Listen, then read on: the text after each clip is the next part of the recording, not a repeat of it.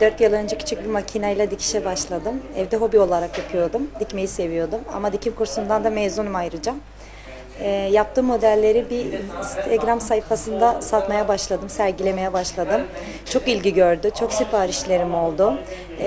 4 yıl boyunca evde diktim. Küçük bir odada dikiş dikiyordum. Artık küçük bir oda bana yetmedi, bir makine de yetmedi.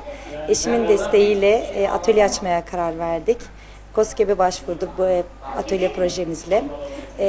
Projemizi desteklediler, onayladılar, güzel buldular ve onların desteğiyle atölyemizi açmış bulunuyoruz.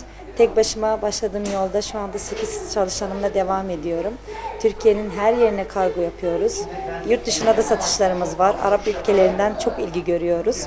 Modellerimize çok ilgi var. Düzenli olarak Filistin'de 2 mağazada satış yapıyoruz.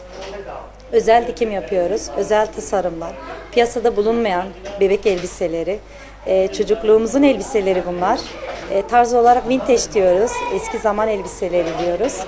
İşimi severek yapıyorum, hedefim de büyümek ve her yere butik açmak var. Belki de yurt dışında açarım, niye olmasın?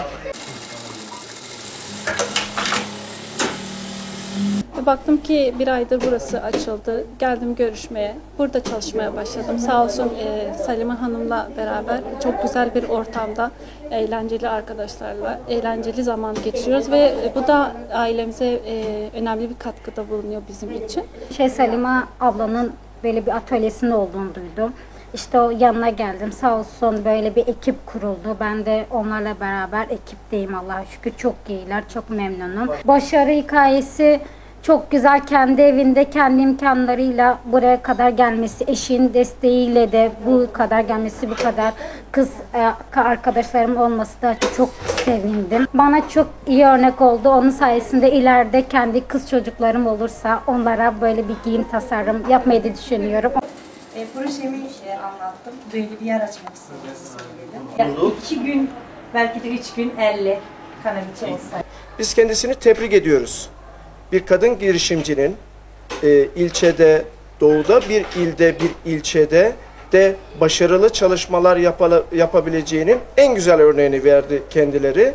Tebrik ediyorum. Başarılarının daim olmasını diliyorum. İnşallah bu atölyeler daha da örnek olur, fazlalaşır. Çünkü bu atölyelerin artması bir kadınlarımızın iş sahibi olması anlamında çok önemli. İlçe ekonomimize katkı anlamında çok önemli. Her bir işletme bu ilçeye, bu ülkeye katkı sağlayacaktır. Kendilerine de teşekkür ediyorum.